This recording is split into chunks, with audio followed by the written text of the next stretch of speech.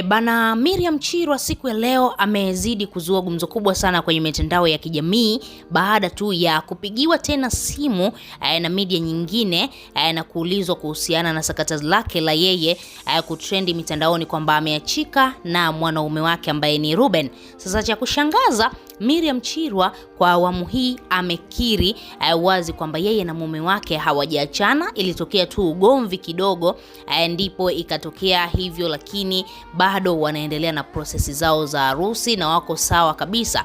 Sitaki kupotezea muda wako, nataka uweze kumsikiliza Miriam Chirwa kitu gani ambacho ameweza kukizungumza. Lakini cha kushangaza ni kwamba kipindi kile tulikuwa tunasikia kabisa ni sauti yake akizungumza mwenyewe kwamba Ruben ndugu zake wanitaki hivi na vile, maneno yalikuwa ni mengi sana. Lakini kwa awamu hii tena kwa mara nyingine amekuja kuzungumza tofauti kwenye mitandao ya kijamii, tukashindwa kumuelewa huyu Miriam kuna kitu gani ambacho alikuwa anakitengeneza, kwa sababu baadhi ya mashabiki lakini pia Karima Story aliweza kuanika hii ni kiki ambayo huyu Miriam Chirwa anaweza kuitengeneza. Ngoja tumsikie Miriam Chirwa namna ambavyo ameweza kuzungumza kwa awamu hii, akiwa anaeleza wazi kwamba yeye na mume wake wapo sawa na hawana shida ya aina yoyote. Alafu udondoshe comment yako hapo chini ya comment section uweze kuniambia nini ambacho kipo kichwani kwa Miriam Chirwa. Ni kweli waligombana tu kidogo na mwanaume wake au ndo tayari kiki yake imeshaenda mjini?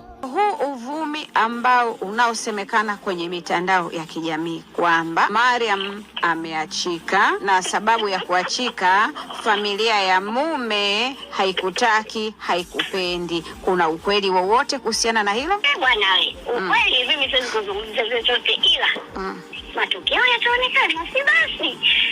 Sema nianze kuyazungumzia hayo. Kwanza yule mimi ni mume wangu, amenitolea mahari jamani. Alirekodi na kuposti ni yeye na faida zake, alifaidisha umma. Basi mimi mume wangu jamani kanitolea mahari. Kwa hiyo sasa tunaambia penzi paja, pia neno usute. Halo, hapo ndipo unapata kamie. Penzi paja tia neno usutwe. Tena mchuzi kijiko. Niliona sherehe ile ilifanyika. Ile sherehe ilikuwa ni ya nini? Watu watafuruosha na watu wanafanya kisherekasi na mtu ameasi.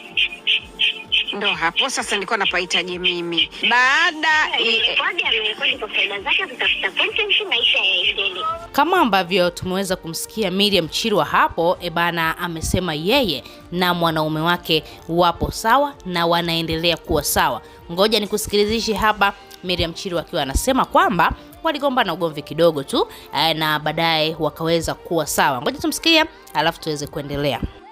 Basi mimi naomba nikutakie kila laheri, kwa sababu nilikuwa natafuta hiyo tu kwamba umeachika, lakini kumbe hujaachika, huko na mume wako. Kila laheri na Mungu endelee kusimamia. Migongano ni kawaida.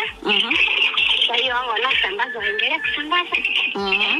Kesho na kesho kutwa yatawarudia wenyewe, mimi sijui.